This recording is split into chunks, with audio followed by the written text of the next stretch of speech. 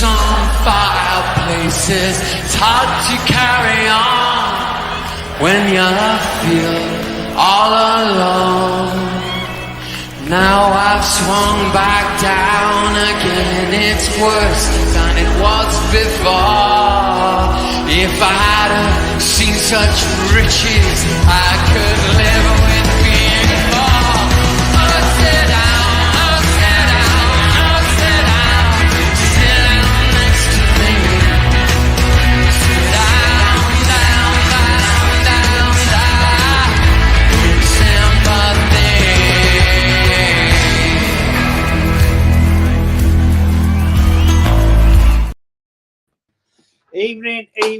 Evening, everyone. Well, it's all back. We're back to normality. We're back to proper football. Although, Kenny, I have to say, I did watch last night. England 3, Italy 1. It was actually a good game to watch. I can't deny it. I mean, was it that England were good, or was it that Italy were crap? I mean, you'll give me your assessment. No, I think first off, for Italy were a better team. They punished England down that right hand side with Di Lorenzo and with Berardi, and they kept on giving them Trippier a hard time. They kept on overlapping him very easily. That's how they got the first goal from Samaka, and then the game changed when England got the penalty. I thought it was a soft penalty personally. I thought that the defender got a bit of the ball. But in this day and age, if a player goes in the box, you can't touch him. You just can't touch him. You've got to, let the guy go through and just hope for the best. Hope your goalkeeper helps you out by making a save. He got impetuous. England get the penalty, and after that, England take control of the game. If Italy going 1-0 up at half time, it's a different game, different game. And then two world-class goals from Rashford and Kane again.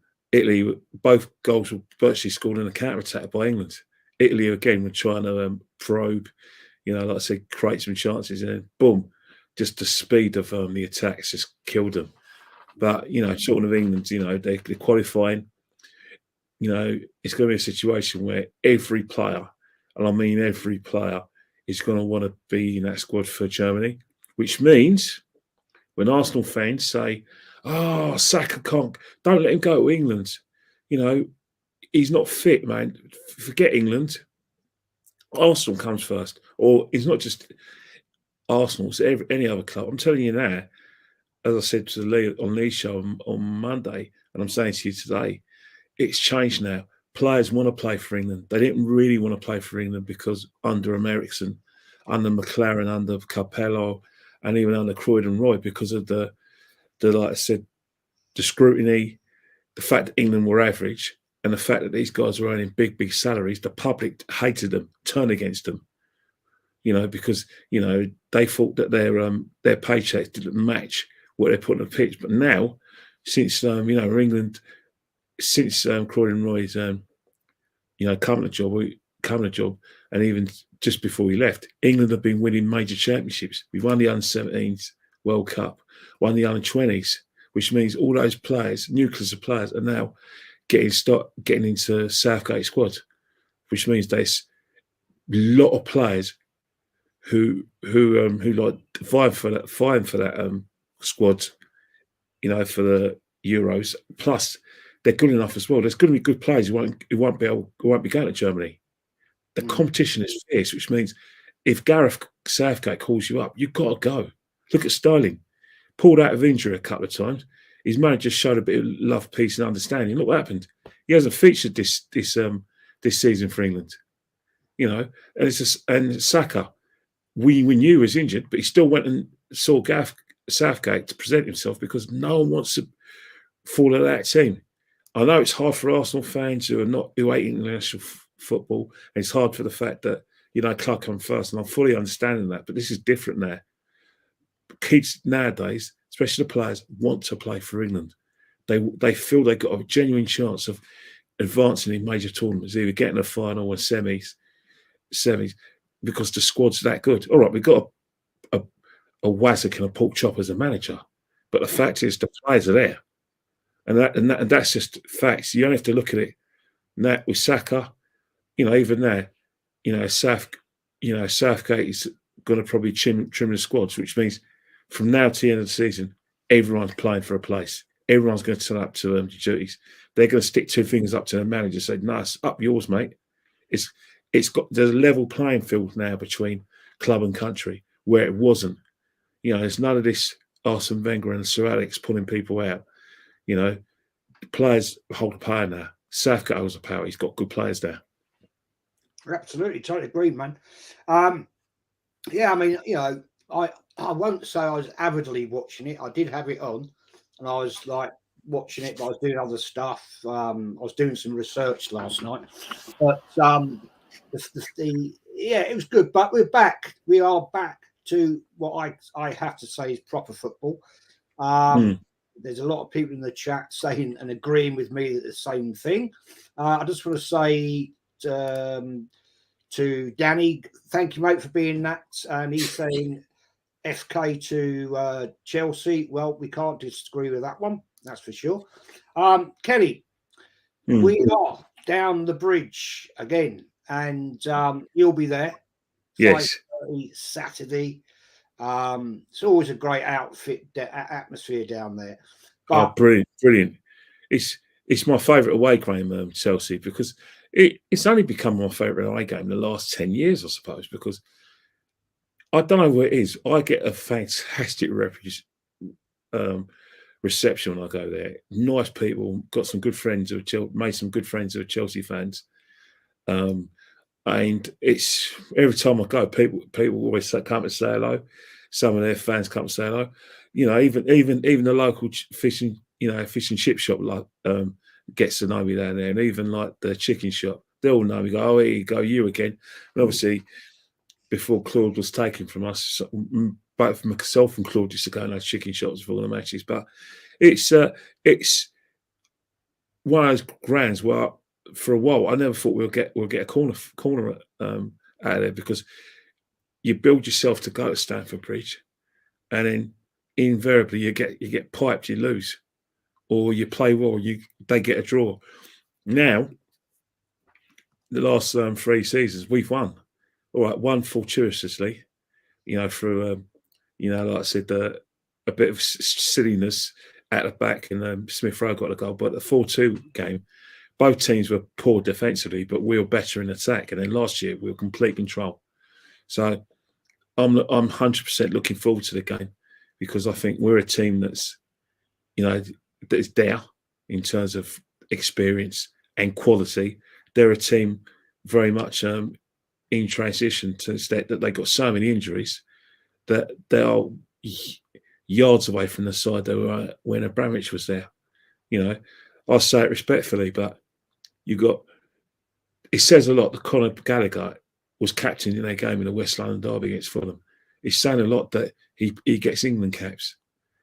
Now, I can think of about a few players who would get games ahead of Gallagher, that had it not been for their injuries, Gallagher wouldn't get a game.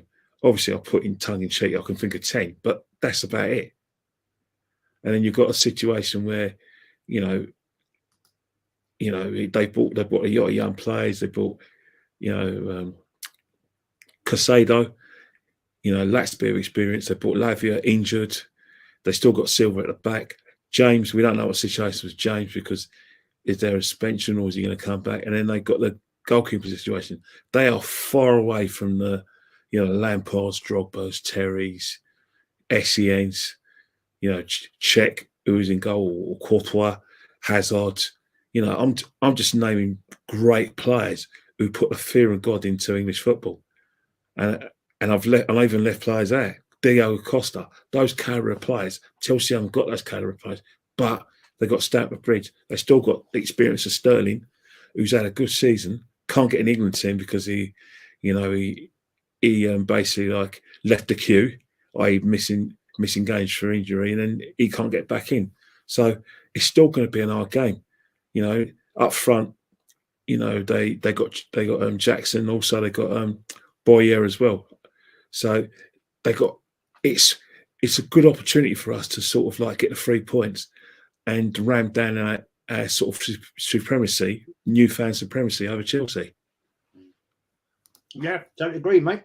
Well, I'm going to give you, Kenny, this is my preferred starting lineup for the game.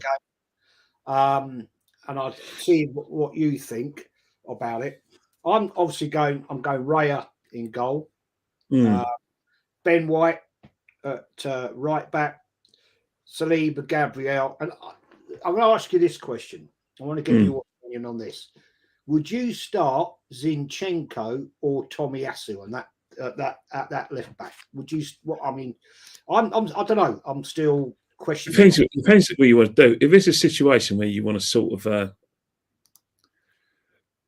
if it's a situation where you want to kind of impose yourselves on the game, and you're going to take control of the game, then it's an open goal. You have to play Zinchenko because you have to assume you're going to dominate possession.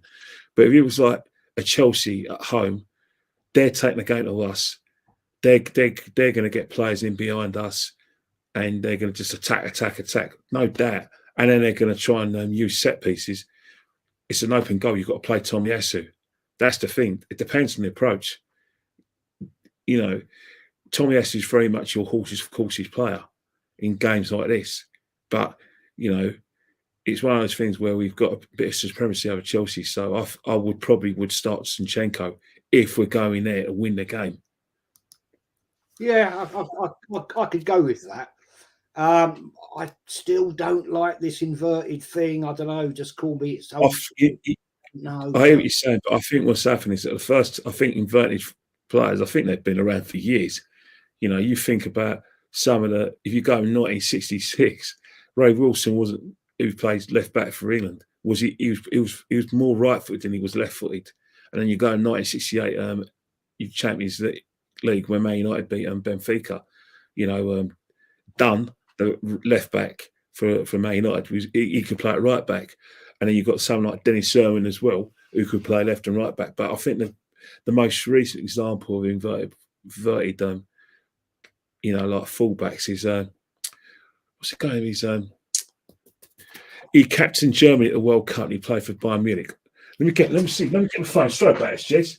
I'll get it up. Sorry, get it up because it's really important because it makes my point. He's I'm just going to get it up. I'm going to put Germany captain. Sorry about it. Sorry, everyone on the panel for time. It's really important to get my Philip Lahm. That's it. Forgot about it. Philip Lahm. And I think Philip Lahm's been sort of a trailblazer for inverted fullbacks. And I think since then, it's one of those things because, you know, clubs are desperate. You know, your Barcelona's, your Arsenal's now, Man City's all 100% and Liverpool's. They want an extra man in the midfield. And that defender is now an extra man in the midfield, especially when teams are on the front foot. Hence the fact that, you know, poor old Kieran Tierney, he's basically been playing, how left backs have been playing for years, where they basically, their area is the flanks. That's their area. The only time they invert is when they're helping out the defenders at set pieces, or if there's a counter attack and they go into centre half position. But from attacking areas, it's just down those flanks. Kieran Tierney's brilliant at that, but Arteta wants something else. Arteta wants him to be part of the midfield, which I've seen him do to Scotland, but it's clearly not to Arteta's liking. And it's sad how it is, but football just evolves nowadays. People say these new sort of new tactics, you know, come every 5 or 10 years. There's nothing new about what's happening. It's just that coaches bring it back. You know, pressing football. Everyone thinks that Klopp's was playing pressing football. No, pressing football's been around for about 50 years, well over 50 years. But it's because certain teams are playing 4-4-2.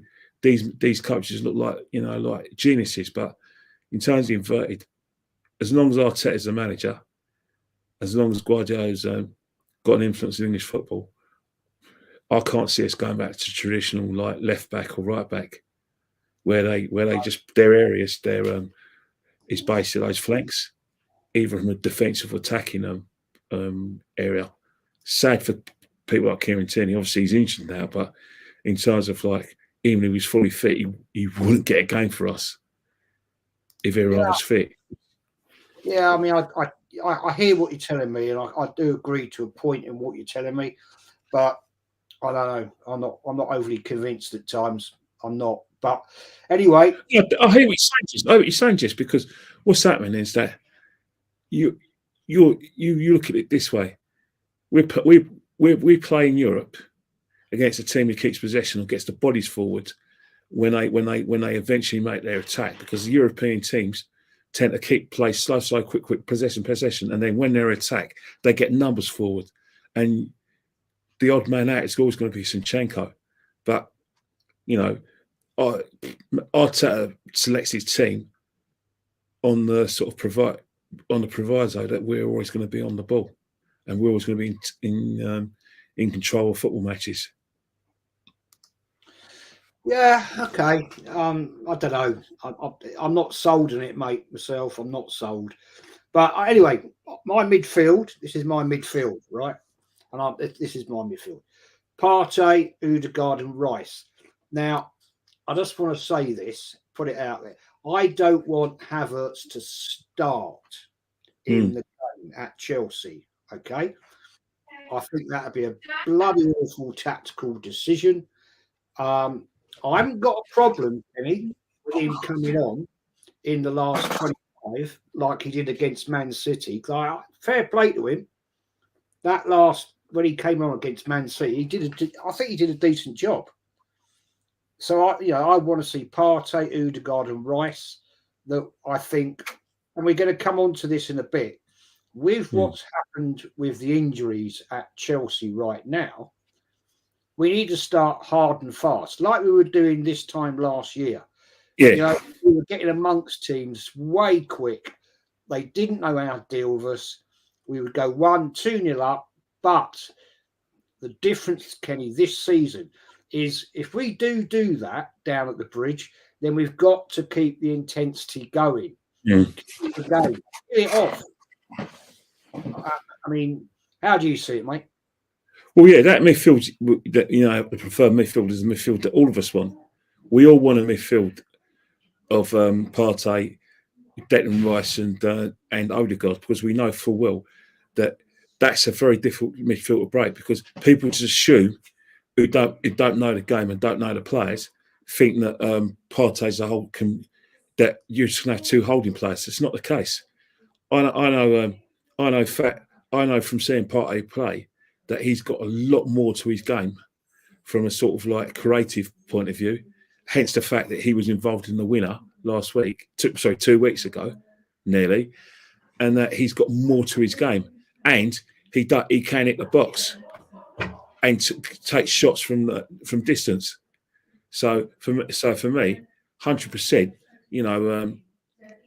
it's a different game when we have Partey in a sim. And Declan could, still hold, or he can try and do the Partey position. I still think it gives us complete control against good teams, and it gives us control in Europe as well. You know what I mean? Yeah. But for me, put on a personal level, I'll take that team all day long, because I still think with that midfield, with Havertz in it and no Thomas Partey, I look at it and I think, you know what, in big games, it's easy to penetrate. You know what I mean? We're assuming that the opposition is never going to get the ball. The opposition is never going to control the phase of play. Well, we know full well at Stamford Bridge, there's going to be times when Chelsea are going to be in the game. They are going to try and have a go, because they're at home. And, the Pochettino as well. You know how Pochettino plays. He loves the young side. He loves pressing. He loves getting bodies forward. You know what I mean? Yeah, he hasn't got his first choice players, but he's still going to look at the results they've had since probably the Fulham game, and look at the performance of Sterling. And although I'd take the mickey out of Gallagher, he's playing well as well. He's going to look at Gallagher to be the first press, because that's what he did well at Crystal Palace, and then he's going to look on how he's going to play in a turnover, and then Sterling's going to be his main man. So we are going to need a midfield because, you know, you're right. That midfield with Havertz in it gives. I'm not trusting of it. Okay, yeah. Well, I'm going to go with my front three. If he's available, and I believe he is available, Saka, Jesus, and Trossard to start. And I've got nothing against in the second half, the last 20, bringing on Nketiah. If we're winning the game, then I would go with that. I haven't got a problem with that. Kenny, would you give me your front three? What do you think? Well, my front three is Saka, Jesus, and Martinelli. But I suspect that Martinelli is not 100% fit. No. And that the fact that he didn't start against Man City shouts that, and Saka, well, they want to make sure he's brand new. But I still say that front three that doesn't have those two in the game, it makes it different. It's kind of like a one chance game if those front three are not playing, because one of the things you want to do is that, right, if we get a chance, we take it, boom, and we close up shop. Whereas if you have Jesus with Saka and Martinelli, there's pace there, mate. There's trickery from Saka, pace from Martinelli, and direct play from Jesus. That would scare the life out of Chelsea. That would make him defend. That if Reece James starts, it keeps him honest, keeps him defending. But if you don't have that front three, Reece James becomes like a wing back, or a right winger, or even inverted from an attacking point of view. You know what I mean? And that's one of the reasons. That's what we don't want. Is Reece, whoever plays right back or left back, we don't want them to have an easy game. We want to have a situation where Silva, that we're giving them Silva and our game. The guy's only 40. Let's get at him. Great player, a great servant to our great game. But is he going to be able to still produce those standards that he's been producing since he's got to the club? We need to give him a bit of a test. I've got I ain't gonna lie. I don't rate Eddie Nketiah. Eddie Nketiah reeks of averageness. Eddie Nketiah is the sort of player that we used to see, and I say respectfully, in the 80s and 70s when we were like average Arsenal, average finish 6th or 7th Arsenal under Terry Neal and Donnell. We're different now. We're at Arsenal that expects to win trophies and should be competing for trophies. And Eddie Nketiah does not represent that. I don't care what ex-players say, your Kevin Campbells, your Alan Smiths, your Ray Pardons, who praise players like Nketiah, so they work hard and, they give everything to the team. So what? We want to be able to win games. We need quality, consistent quality to win big games. Eddie don't give us. Work rate is great, but as a striker, that's your job. Yes, mate. Well, I'm going to come on to this. Andy Hudson, mate, thank you for your super chat. Thank you, mate. Hey, Jez, Kenny, Ken, love you both. Havertz, best position, left, right, out. Yeah, good point. Ken, couple of comments. Good question here. Good question. I'm not going to try and pronounce your name, because I don't want to abuse you. Question to you both. Do you feel there's something with Havertz up front? He's dreadful in midfield, but I feel he has more to offer than Eddie at 9. At least he has a good IQ and decent touches. I mean, I thought, Kenny, personally, mate, when he came on Man City and he was playing in that position, I thought he had a good job. Yeah, definitely. Let's not forget, Havertz has played really well in at times in that position for Chelsea, and he's played well in that position for his country, Germany. So, and Havertz can hold the ball up. Havertz has got, he's got good movement in the box. But one thing with Havertz, you're not going to get goals. He is perfect for the false number 9. But the thing is that, with the amount of money we spent for Havertz, we want more from him. with more from him. But that is the problem is, if you play Havertz in that position, then what happens is that where do you play Martinelli? Where do you play Saka? And where do you play Jesus? Because the way Jesus plays, he creates space at pace and he gets them in. Havertz can do that, but there's always like a slow kind of build up with Havertz. You know, I still think that as Arsenal fans, we don't know what Havertz's best position. We don't even know what he's good at. You know, all we're seeing with Havertz is okay. He hasn't been dreadful, as a lot of fans have said, but he's been okay. We didn't pay £65 million for okay. We need a bit more than that. But that position is definitely perfect for him. But you're going to have to sacrifice a player, one of the front three, who've served us in good stead last season. Fair play. Kenny, after this one, this is from, I'm sure this is Pete. Richard says they are trying to set, this is us, this is me and you. Apparently he put a comment in a little bit while back. I didn't highlight it. We are Spurs fans. We're fake Arsenal. They are trying to set up a hate mob against the club for traction. Don't block me just because I'm speaking facts. That's waffle. Richard, that's waffle. That's complete rubbish. People like you use that as an advantage point to try and cancel us by saying we're using words like hate mob and using words like traction and then using the subject matter being the club that we all support and all love. That is just a cheeky little obvious tactic to turn people against us, to stop people from watching our shows or just get us to be abused, not just online but at grounds. That is a very, very naughty behaviour, Peter. And I do hate cancel culture, and the reason why I do hate cancel culture is because cancel culture can lead to suicides. And people will commit suicide because everything they've worked for has been taken away from them, because the mob have basically put pressure on prospective employers, so these men and women can't get jobs. You try to hide these guys or give them a contract. No, you can't have it. You put pressure on these bosses to the extent that they withdraw contract offers, and that goes for every walk of life. But if you want to talk about social media, sport and celebrity, we've seen it with our own eyes, and that I hate that sort of cancel culture. But in terms of what you're doing, reason why we're cancelling you, reason why you get blocked is because if we engage with you and we have a bad day and we just say what we really think of you, we'll get cancelled. And people like you, whoever you are, you're dangerous.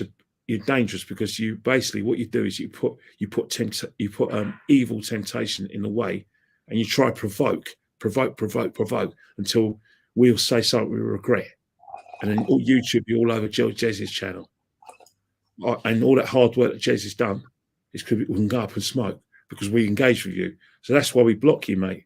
It's because we don't want to engage with you, because we know exactly what you're trying to do.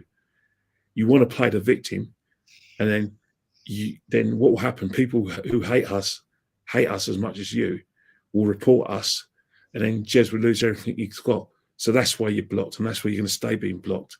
You can open accounts under different names, or get your mates to open accounts, and you could take over their profiles or their passwords. You can do what you like, but we won't fail to detect you. And the reason why we won't fail to detect you is because your MO is so obvious. So obvious, mate. Do try harder. Do better. Or just shut up, move on, and go and watch the podcast you actually enjoy. The podcast and podcasters who say what you want to hear. The podcasters who love the club, who want to say we're winning when we're losing. Go over there. Exactly, Kenny. Well said. Very well said. Somebody said don't highlight these people. Well, I like to highlight them to make them out to look what absolute pricks they really are, because they are just pricks at the end of the day. Anyway, I mean, that fella has reached out to me so many times. I've been nice to him, whatever, but he's just a clown. Anyway, let's get back to the real chat, the real talk. Anthony says, question. I know Chelsea won their last couple of games, but does Poch know what his first 11 players are, Kenny? Interesting. No, he has got his first 11. He's got his first 11, but the fact is they're all injured. All right, his goalkeeper at the moment is definitely his first choice. You know, right back. He wants Reece James, definitely right back. Left back, obviously it's Chilwell, no doubt about that. Centre halves Fofana, he's paid a lot of money of him, and probably like Thiago Silva experience in terms of midfield. You know the midfield's going to be. You know it's going to be Lavia, Caicedo, and Lavia, Caicedo. You know, they're no matter what, that's his first choice of midfield. No matter what, there's no even like arguments about it. And you're probably going to maybe, Gallagher might get in. I know I would take the mickey out of him. He might get in. The front three is going to be Christian Nkunku. He's definitely playing. Then it's Sterling, and then after Sterling, it could be anyone. I don't think it'd be Cole Palmer. It might be even that Jackson lad, but that will be his strongest side. Those names I mentioned, so he does know his strongest team, but they've been injured. Lavia, he's gone to he's left Southampton to Chelsea. He's got an ankle injury. I don't know whether he came with the ankle injury, but then they're saying he won't be ready till about December. You know what I mean? Yeah. Caicedo is only just recently started games. Chilwell's got yet another injury. He hasn't even featured for England for about a year. About him, Chilwell.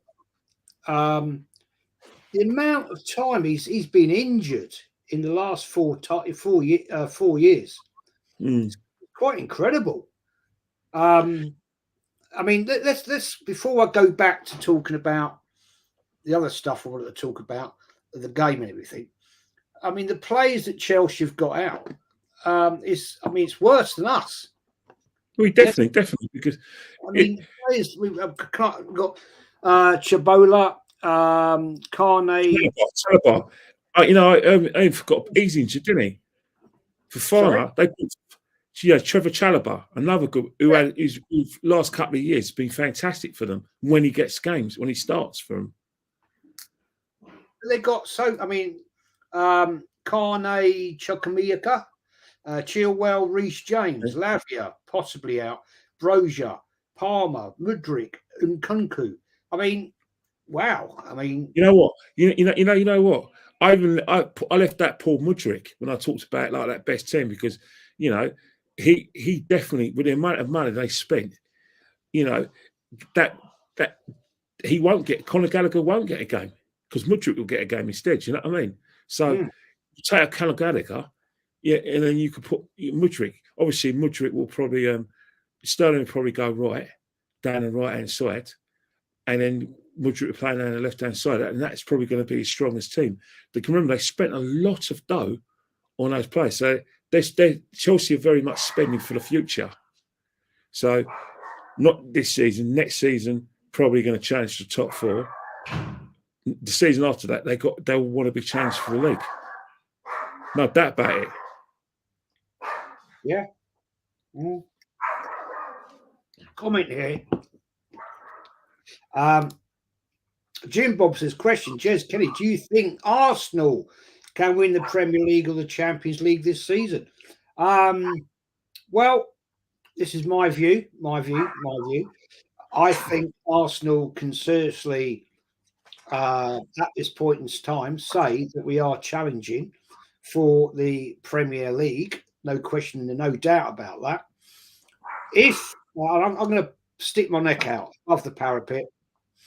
if we do some decent business in January, when we need to do it, like get a proven striker, dare I say, Ivan Toney, then I think we can seriously go in for a challenge. At this point in time, we know Man City always start sluggishly, but they build up, they build up, they build up. I think I would say we can. Champions League, I'm not so sure. The reason I say that, I don't think Arteta has the experience of enough depth in the Champions League. That's my view.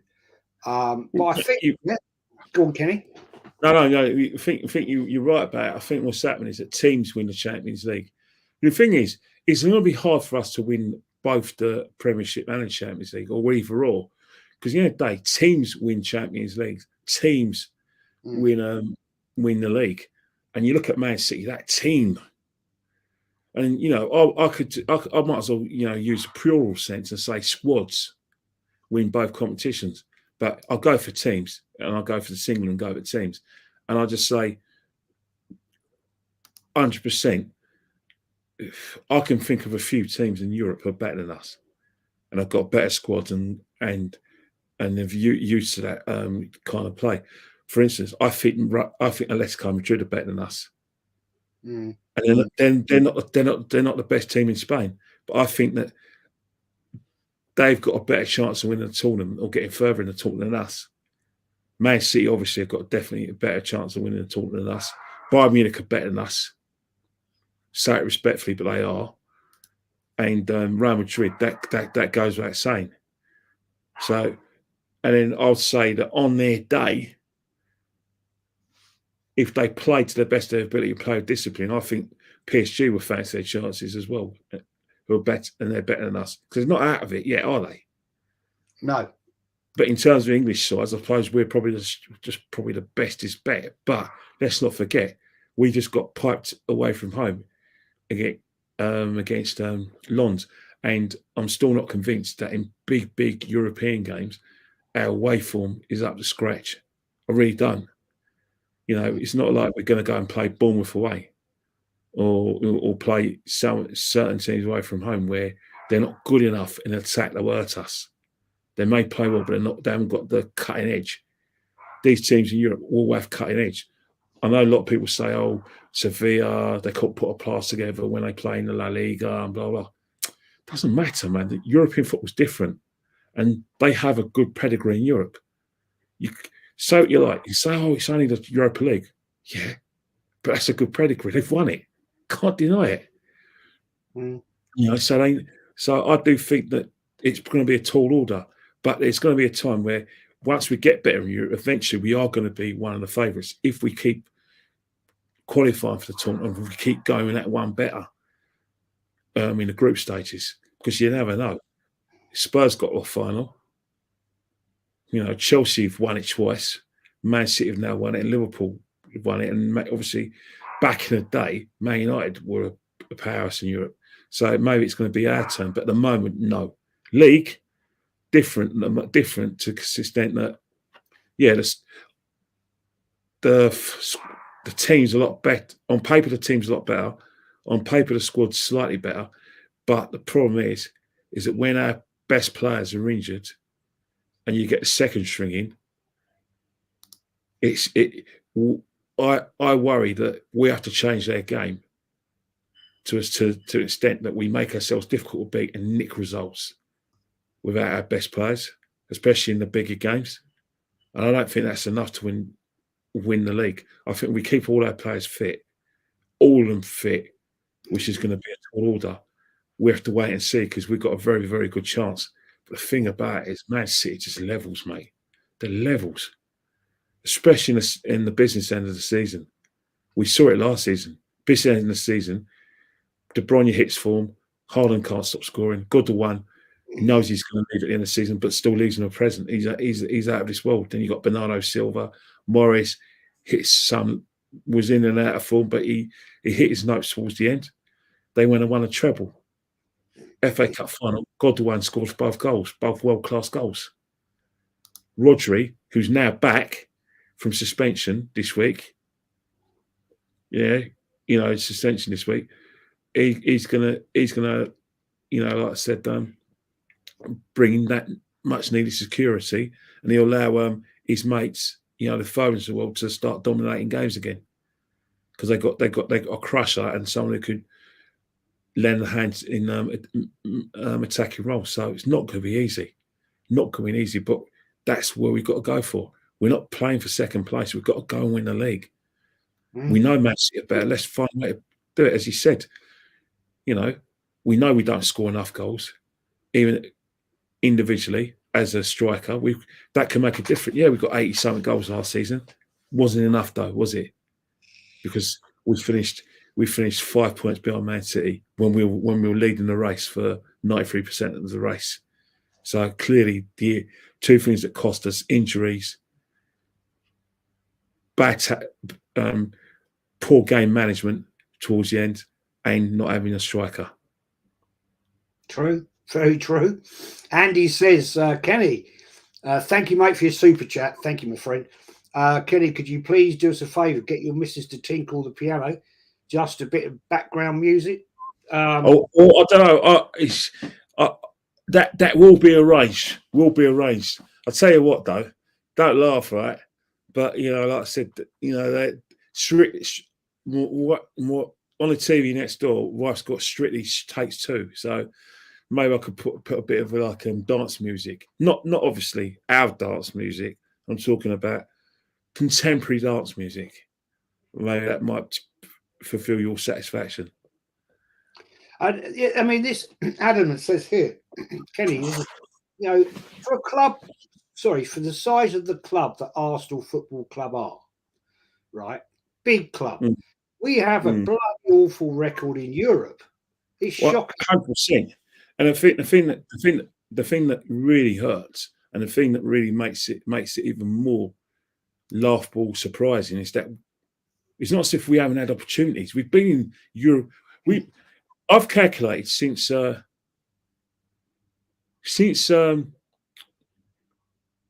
Rioch came to the club, his one and only season. I think we've only been out of Europe one season. Yeah. 1 year. We've been in Europe every year. Be it the old UEFA Cup, be it the Champions League, or getting out of the group stage of the Champions League and being relegated to the second competition, which is the which is basically like the Europa League, when we played Galatasaray in the final in Copenhagen in 2000. We got to the final again in 2009. So 2019, got smashed by Chelsea. Got the Champions League final, playing probably our best game management football, not great football, game management football, and then we still lost. And then there's been, all we've had is like one semi in the Champions League. I think we had two semis in the Europa League. And then so it makes it even more a mockery that we've actually been in Europe and we haven't done anything. We haven't troubled the scorers. We haven't laid a glove on anyone. All we've done is we're the equivalent of club fighters. In boxing terms, we're a club fighter, whilst the other clubs, English clubs, who like your Chelsea's, they're contenders. That's what hurts more than anything, is that we're not even contenders. Yet in the last 28 years, I can only think of one season, correct me if I'm wrong, that we've been out of Europe. So that's about nearly 28 opportunities to win a trophy. We've been nowhere. It's embarrassing. Don't even get me started on the European Cup. Don't even get me started on the European Cup and how many times we were in the European Cup under Wenger. 22 years? Yeah, exactly. You've got me started on it. I mean, that's a disgrace, man.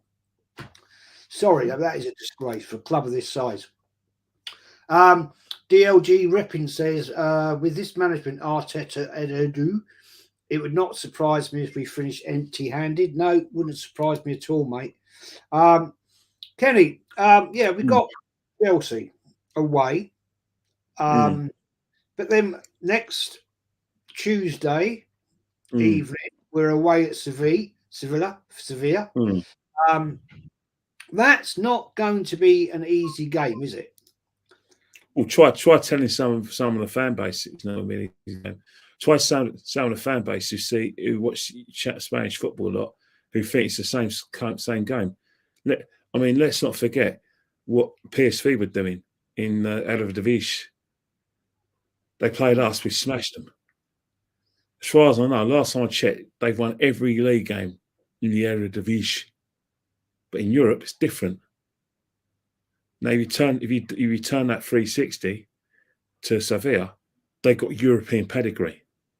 We haven't got European pedigree. When people look at Arsenal's group and they celebrate, let's not forget, and I say it with respect, we scare no one in Europe. We don't. We scare no one. Yeah, people recognise that we've made great strides and improvement in the Premier League, but in Europe, we scare nobody. Sevilla will not be frightened of us. Sevilla will expect to win the game because of the fact they play at home, the fact that they got an effective passing regime. If they defend and don't give the ball away and don't make any stupid mistakes, they'll expect to win the game. They'll expect the goal go out and then close the game out by dominating possession. Yeah. Absolutely. Lucas says if we didn't win the Champions League with players like Omri, Campbell, Pires, on all those players, we were never going to win it. Yeah, I mean, I'm still going to put this out. You're right. Let's not forget. We're cheated. We were cheated in that game. Yeah, the final, isn't it? Champions League final. I don't care what anybody says. We were cheated. Where is that referee anyway, Jez? I swear he should have gone. Oh, you know what? I still hate that referee with passion. I absolutely hate. It's very difficult to hate someone you haven't met, but he's managed to achieve the impossible for me. I actually hate that man. Every time I hear that guy's name, I could hurt him with hate. Yeah, I could kill him with hate. I could strangle that man because his stewardship of that final was an absolute disgrace. He couldn't wait to get his red card out there. Like Colina wouldn't have sent off Leno. He would have just waited for the situation and he would have given a goal. He would have overrode the name. But what did he do? He didn't even. He just rushed over there and decided to make a decision. And even when the ball was in the net and Barcelona was celebrating, he still could have made it. He easily could have just said, yellow card, goal Barcelona. They go 1-0 up. We still have 11 men. I mean, it was a shock that we went 1-0 up anyway. And we managed to hold out for all that time until our legs, as soon as, Eto'o got that equaliser, our legs went. It became like the pitch became heavy. We began to realise that it's bloody wet underfoot and they got an extra man and they're going to just keep possession. We absolutely had no chance of winning that game when Eto'o equalised. And that's why I hate that referee. I absolutely hate his guts. I wonder now with the way football's moved up, if there was VAR in that game, Kenny, I wonder what the outcome would have been. You know what? Go on. You just don't know with VAR, innit? Because the thing is that one thing we've learnt from English from VAR and European referees is that European referees. The reason why they don't have any problems with VAR because there's no black and white, is there? There's no black and white. It's you either got your studs up or you haven't. You got your studs up and you go higher, you're off. No, blah blah. No, if you're in a box and you get a bit of the ball, no, that's a penalty. In a Premiership, that penalty England got may not have been given. May not have been given because they would have given that player the benefit of the doubt, even with VAR. But in Europe, so I look at it and I say, with VAR, would Lehmann have gone off? I'm not knowing European referees like we know them. You probably still would have. You still would have had a prat like that Hager guy. But then again, someone just talks about the goals. One of the goals where, when Larson was involved with his, through passes and all that, was they said Eto'o was in an offside position. You've got to watch it again, innit? Maybe, you know what I mean? Anyway, let's move it on. I hate talking about that final. That was our one chance to win. That was our one chance to win the European Cup. All right, big chance. Yeah, we had a great Barcelona team and they had a great coach. But when you're in the final, anything can happen, and it just got taken away from us by that bastard referee. Mate, yeah, I'm not going to say what I'd have done to that guy. But there we go. After Sevilla away, mate, we are at home to Sheffield United a week Saturday. Yes. Let's be honest, Kenny, right? We should be absolutely battering them.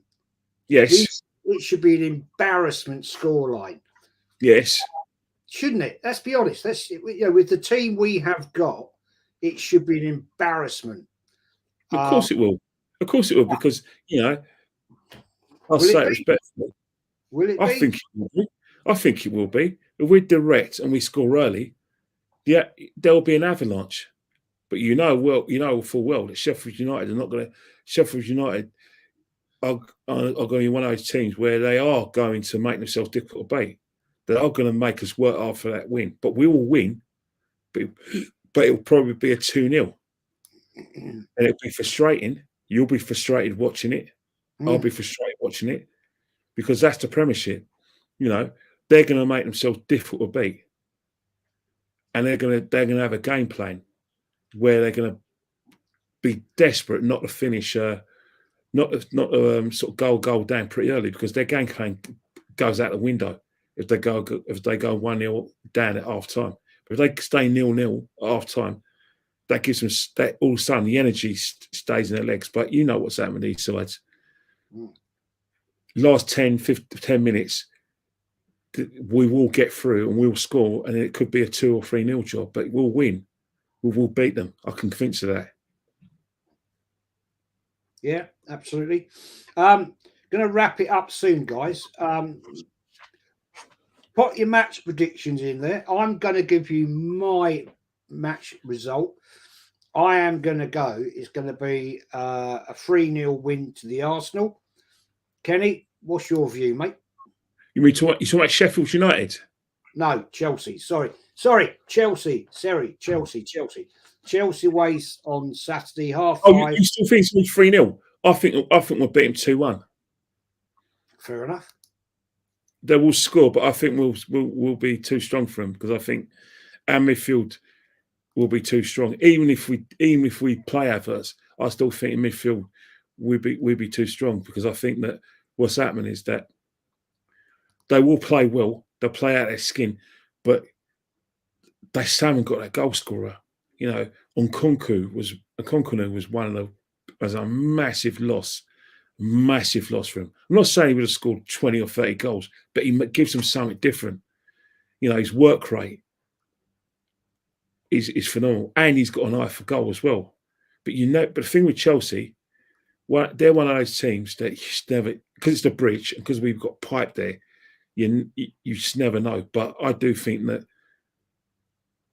we got our mental block at Stamford Bridge has been kind of extinguished, because we're a strong side, and we're a stronger side than Chelsea. It won't be easy, but if we lose, there will be egg on both our faces. But I'll take it, because it's Chelsea at the end of the day, isn't it? They've proved over the last 20 years that they're a top team, one of the top teams in the country.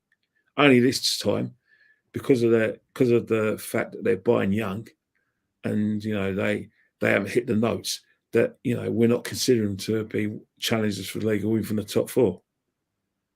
There's a lot of people going positive. A couple of 2-2s, mainly it's an Arsenal win, but we have this one. The long head yet is cave. Chelsea 5, Arsenal 0. He would say that, and he's trolling. He's trolling. Yeah, well, yeah, he's still concussed because he face planted himself on the stairs. Was it the weekend, Monday? I can't remember. So I'll give him license on that one, Yeti. I'll give you a license. I mean, take away his Sky subscription so he can watch Strictly instead. He's going to behave like that. Well, I mean, he's still concussed. Look, I mean, Forest 0. Hang on, he thinks Luton could beat Forest 5-0. He's definitely having a moment. Yeah, he's still got problems there, obviously, and Yeti. I hope you stay off the Stella, man. Honestly, because it's going to affect your balance. Sam H says close game, 3-2 to the Arsenal. Yeah, I think it'll be I don't know. With their injuries they've got, I'm going. Even if they're their full side, right? They're their full side. I still fancy us to nick it because I still think that, but right now they have got the right. For me, I think they got the right man, and they've probably got the right. They've probably got the right board. He will give him time. If he can get him into like a top 5 position and get him into a cup competition where they can get to a final, I think that'd be good enough. But if this was like Abramovich, well, let's be honest. If Abramovich was still at Chelsea and he was still spending the amount of money he was spending before, we wouldn't be as confident as we would be about this result. And I say it. And the reason why I say that is because Chelsea are we're a machine under that guy.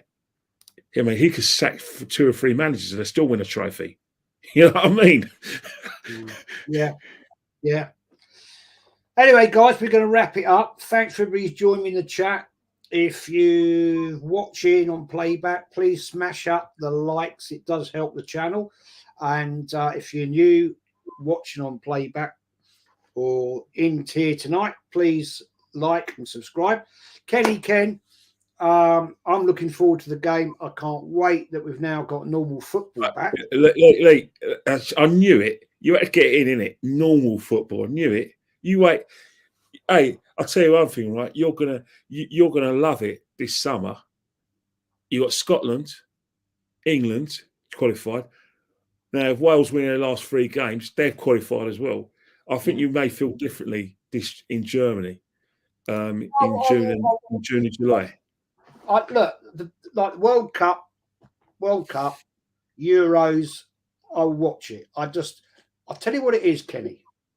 Yeah. It pisses me off when we're getting into the Premier League and all that, and all of a sudden we play 2 weeks of football and then it's international football. And I'm like that game, the England-Australia game, why? Money. Well, that's all about money because it's money for the FA. And remember, the Australian associations need money because of COVID in Australia, they haven't been able to sort of like play home games. So they are going to be on tour, and they are going to want a bit of the gate. And everyone knows that whenever England play these days, guaranteed there's going to be day trippers who are going to go there. They're going to get 80,000 fans minimum. TV cameras are going to be there, 100%. Australia are going to want a bit of the gate because they need the dough.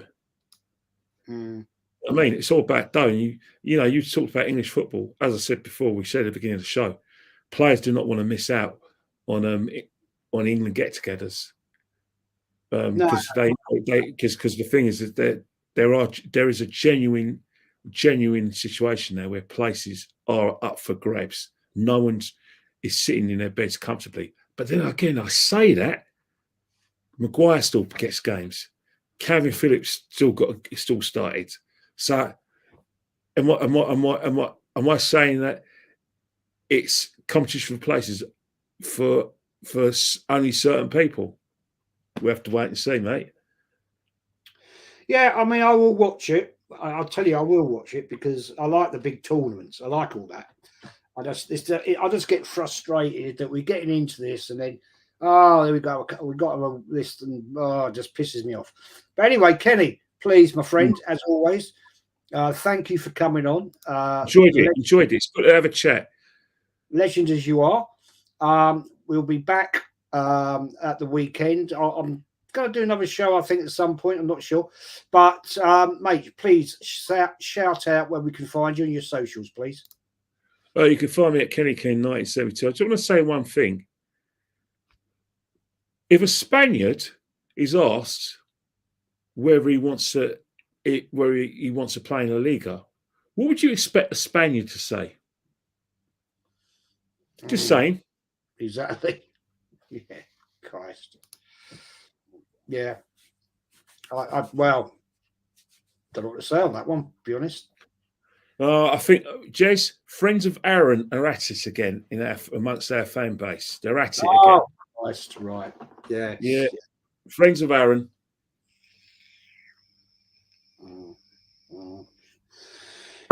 Yeah, I just don't get it anymore. Sometimes you could actually lose faith in everything, can't you? Really, but it is what it is.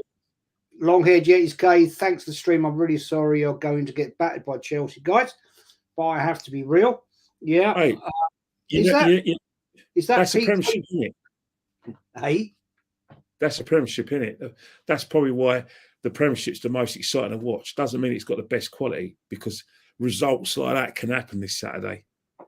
I swear to God, can you imagine it? Yeti, you know why Yeti wants it? He wants to watch your fan cam, my fan cam. He wants to watch you and Lee's player ratings, and he wants hell and brimstone and fire. He wants anarchy. He wants the manager roasted. He wants to see us go absolutely stark raving mad. Yeah, absolutely. Yeah. You got to love them. Eden Hazard has retired from football. Good. Hated that bloke. Anyway, guys, we're going to wrap it up. I'm going to have my tea. Kenny, mate, as always, thank you for coming on. Thanks for having me on. Legend as always. And I look forward to the game. I'm still going to go 3-0. I don't care what anybody says. Kenny, enjoy the game. Apparently the weather's going to be absolutely crap. So, well, at least you know what I'll be wearing. A nice thick coat. Yeah, I would, because I tell you what, mate, if the weather's on Saturday, anything like it is out here right now, and it's been like it all day. And I'm not going to lie, I literally went round to take out the refuse bin from the back round down here, and I got drenched in literally 3 minutes. It's been all day, wind and serious rain. And that's the UK for you. That's the UK. Yeah. But Lee's still enjoying 30 degrees, so fair play to him. But unfortunately, Lee's having punishment because he's got that abscess. So I hope he gets that sorted out, man. That's bad news. Like I said, it's warm water with salt, salty warm water. But the thing is, with that, when you get an abscess on your tooth, it actually eats into your jawbone. Yeah. Right. And that loosens your root of your tooth, and eventually that tooth, as you said, that tooth's coming out in about a couple of months, where he's going to bite into a biscuit, and boom, the biscuit something will come out of his mouth, and he'll think it's a bit of biscuit. It'll be his tooth. Yeah, I've done it. And then he will have to have the rest of it taken out. Yeah, you got. Yeah, I mean, I sympathise with Lee massively. I hate dentists myself. I hate them. Oh, definitely. But it is what it is. Oregon Goon says 8-0, mate, down with the Chav scum. Yeah, well, yeah, be nice. I don't think we've ever beaten Chelsea 8-0 ever. Longhead Yetis Cave, Lee's Colonial Silver gets rid of abscesses. Hendon Gunnar, oh no, Jez, when you go 3-0, ends up as a dross draw. Yeah, probably, mate. Probably. Apologies. Hendon says you won't need the head only just a good wet proof one. Anyway, everybody in the chat, thank you so much. I've really missed doing these because of the international stuff. It's good to be back. Looking forward to it. Looking forward to the game at the weekend. Can't wait. Kenny, I'm sure you're buzzing for it, man. And Can't wait. as As always, see, mate. favourite away game. Can't wait. Yeah, it's always good going down the bridge. It's always a funny one. Lee Hendon says Lee needs to watch out he doesn't get sepsis. I hope that doesn't happen, man. Longhead Yetis Cave got rid of 4 abscess with it during lockdown. No choice. Yeah, it's nasty. Anyway, people, we're out of it. I'm going to do the outro, and we'll see you all again very soon. Take care. Thanks for watching. Like and subscribe if you haven't.